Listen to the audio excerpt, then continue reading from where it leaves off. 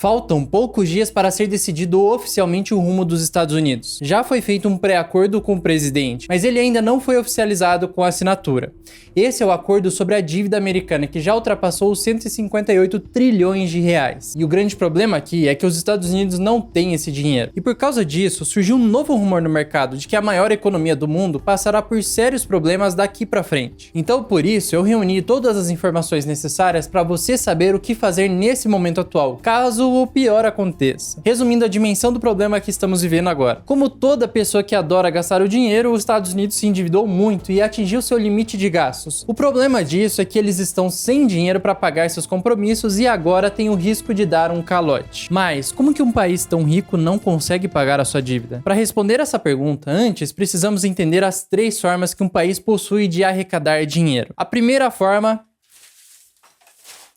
é a impressão de dinheiro. Já que um país tem o poder sobre a sua própria moeda, eles imprimem mais dinheiro para arrecadar mais. Entretanto, essa não é a melhor opção por conta da inflação. A inflação é o nome que os economistas adoram e geralmente utilizam para um aumento de preços. Em 1980, o Brasil viveu o período de hiperinflação. Preços de produtos precisavam ser remarcados a todo momento, porque só subiam. A Argentina, por exemplo, hoje está vivendo em um período desses. Uma das grandes causas da inflação, no caso dos Estados Unidos, é a impressão de dinheiro. Quando o governo injeta muito dinheiro na economia, isso pode fazer com que os preços dos produtos e serviços subam, porque existe muito mais dinheiro para comprar o mesmo número de produtos e serviços existentes. E quando esse tipo de coisa acontece em qualquer economia, a tendência dos preços subirem, para regular a oferta e a demanda. E isso é feito desde o dono da padaria reajustando o preço do seu pão, o reajuste no preço dos aluguéis, até mesmo grandes empresas subindo o valor de seus produtos. E olhando para o passado dos Estados Unidos, eles já imprimiram muito dinheiro ao longo dos últimos anos. Então, a segunda opção que eles possuem é aumentar os impostos para arrecadar mais. Porém, existe um grande problema aqui também, porque aumentando os impostos sobre a população fará com que a popularidade do governo caia. E já que o Biden está próximo de sua reeleição, não será uma boa ideia arriscar sua popularidade, fazendo as pessoas terem que pagar mais impostos. Sobrou então apenas a última opção para o governo americano, que é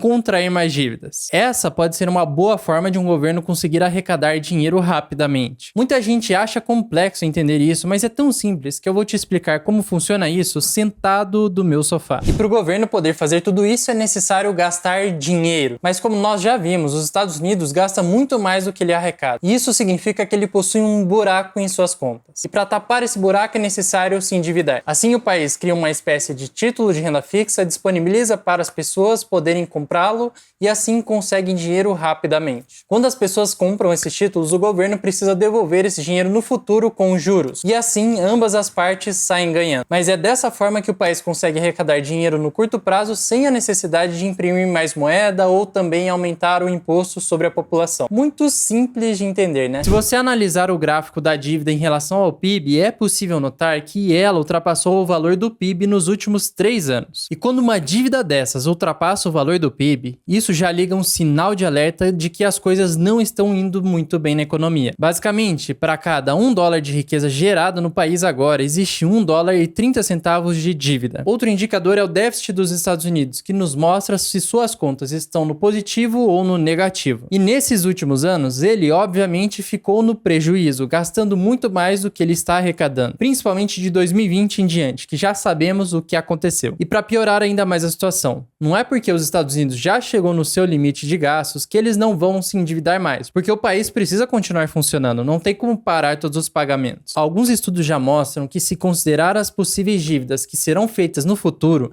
esse valor já pode chegar a 220 trilhões de dólares. Portanto, é fácil concluir que os Estados Unidos está passando por um momento delicado. Entretanto, essa não é a primeira vez que o país passa por uma situação dessas. Ao longo da história já houveram mais de 102 episódios como esses, e os mais similares foram 6. Segundo essa página, os eventos mais similares foram de 1779, 1782, 1862, 1934, 1979 e, finalmente, 2011. Mas como aqui não é nenhuma aula de história, eu não vou falar detalhadamente sobre cada caso. Porém, já sabemos que a história nunca se repete, mas ela rima. Isso porque os Estados Unidos, apesar de ser um país muito rico, ele opera geralmente de forma deficitária, ou seja, ele sempre está gastando mais do que ele arrecada. mercado. E assim como qualquer pessoa que acaba gastando mais do que recebe e continua tendo suas contas básicas e precisa fazer novas dívidas, os Estados Unidos fizeram a mesma coisa, só que numa escala muito maior. É possível até mesmo acompanhar em tempo real o tamanho que essa dívida está crescendo, e chega até a ser bizarro ver o quão rápido esse valor vem aumentando, já chegando na marca de 31 trilhões de dólares. E como em 2021 foi definido por lei um limite em que o país pode se endividar,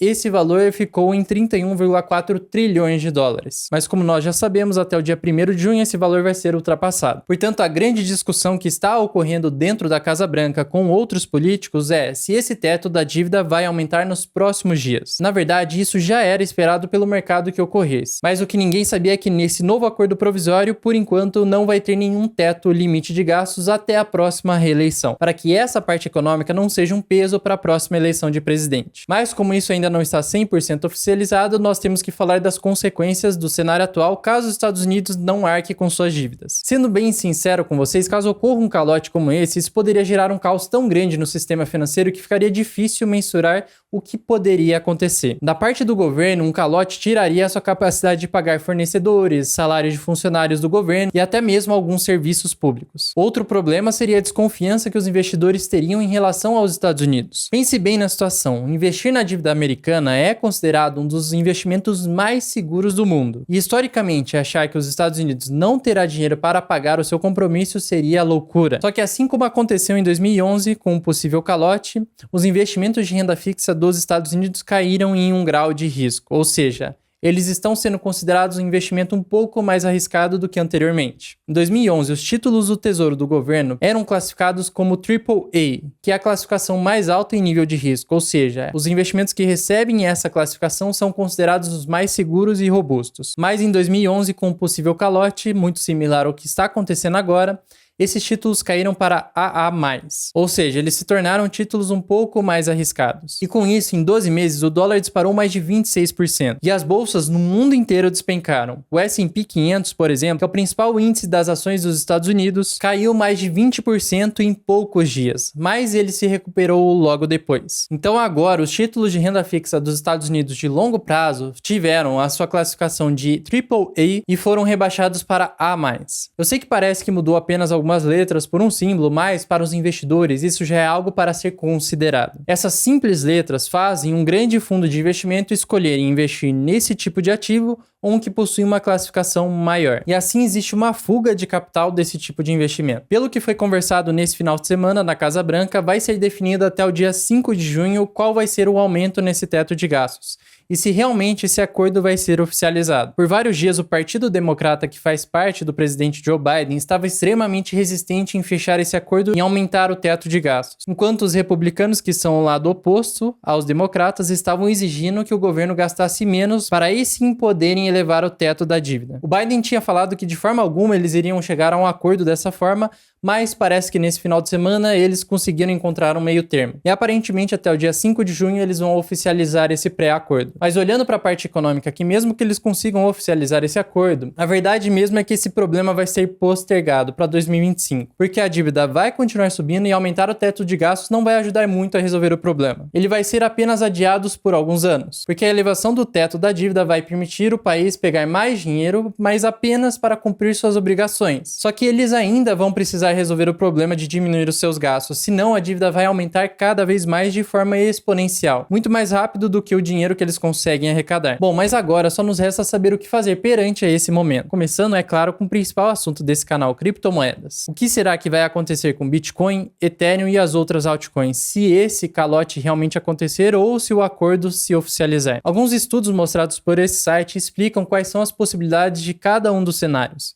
E basicamente existem duas opções a serem consideradas. A primeira opção, caso esse acordo não seja oficializado e o governo não pague suas dívidas, os ativos de maior risco, como ações e criptomoedas, vão enfrentar alguns problemas no curto prazo. Isso porque uma queda na confiança do governo vai aumentar os custos para assim emprestar dinheiro, assim aumentando a rentabilidade de investimentos da renda fixa. E por conta disso, um aumento na rentabilidade da renda fixa, poderia haver um fortalecimento do dólar em comparação a outros ativos. Eu sei que isso não é nada intuitivo, mas existe a possibilidade do dólar se valorizar e as criptomoedas e outros ativos de risco caírem. Já a segunda opção é um pouco diferente. Caso esse acordo seja oficializado, os mercados vão ter um alívio e podemos ter uma leve alta, tanto no mercado de ações quanto no mercado cripto, porque isso vai ser uma coisa a menos para o mercado se preocupar. Mas não vamos ter ainda grandes altas, assim como foi em 2020 ou 2021, porque ainda não temos muito dinheiro para entrar na economia. Na data de gravação desse vídeo, o mercado cripto já reagiu positivamente, mas de forma bem leve. Portanto, olhando aqui no fundo dos meus olhos, ficar prevendo o que pode acontecer com o mercado pode ser até uma perda de tempo, porque o que importa mesmo é saber seguir uma estratégia blindada contra esse tipo de oscilação, para você também poder aproveitar esses momentos que geralmente acarretam com grandes quedas caso venha para o lado negativo, assim como ocorreu em 2011. Mas eu já revelei aqui 1 milhão de vezes as minhas estratégias de investimento que dobraram meu capital de cripto nesses últimos dias. Aliás, essa semana eu estou soltando as aulas sobre como acelerar seus ganhos com investimentos. E o que pouca gente sabe é que se você unir as melhores estratégias e tirar o que há de melhor em cada uma delas, você vai ter o que eu chamo de a arte da renda, que é uma estratégia mestra, capaz de fazer você sair na frente de 99% das pessoas. Claro que esse tipo de conteúdo mais premium e educacional eu revelo apenas dentro da minha comunidade Fortuna Secreta, que ainda está com as vagas abertas até o dia 5 de junho. E no primeiro link da descrição você vai poder se inscrever na comunidade para poder ter acesso a esse tipo de conteúdo e mais. Mas voltando a falar aqui do mercado cripto, o que você não deve fazer é se expor a altcoins duvidosas, como por exemplo as meme coins, e também não deve deixar grande parte do seu patrimônio em cripto, porque o momento atual exige mais paciência para ver o que vai acontecer no mercado. E claro, aquelas moedas que você quer segurar para mais de um ano, sempre deixe armazenado em uma wallet. Eu ensino você a fazer tudo isso nesse vídeo. Esse passo a passo já é bem clichê, mas é o que devemos fazer nesse exato momento. Não tem segredo se não esperar. E claro que se você quer fazer isso de maneira simples, é só usar a Binance para comprar e vender as suas criptos. Eu utilizo essa plataforma para comprar as minhas criptomoedas de médio e longo prazo. Aliás, para você que chegou até essa parte, a Binance também está oferecendo um bônus especial de $100 para você que abrir conta através desse link. E eles dividiram esse bônus em 3 partes. Abrindo sua conta na plataforma e fazendo a verificação de identidade, você ganha $20 como bônus. Fazendo seu primeiro depósito de $10, você já vai ganhar mais $30 de bônus. E por fim, ao fazer sua primeira negociação acima de $10, seu bônus de $50 estará disponível na sua conta também, totalizando assim $100 de bônus abrindo conta através desse link. Para você transferir dinheiro para a conta também é bem simples. Você pode optar por fazer uma transferência bancária convencional ou utilizar a forma mais fácil, que é por meio de um Pix. Eu espero que você tenha aproveitado cada informação que eu tenha passado aqui nesse vídeo. Eu sou o Eric, vou ficando por aqui. É isso aí, valeu e fui. Deixa o like.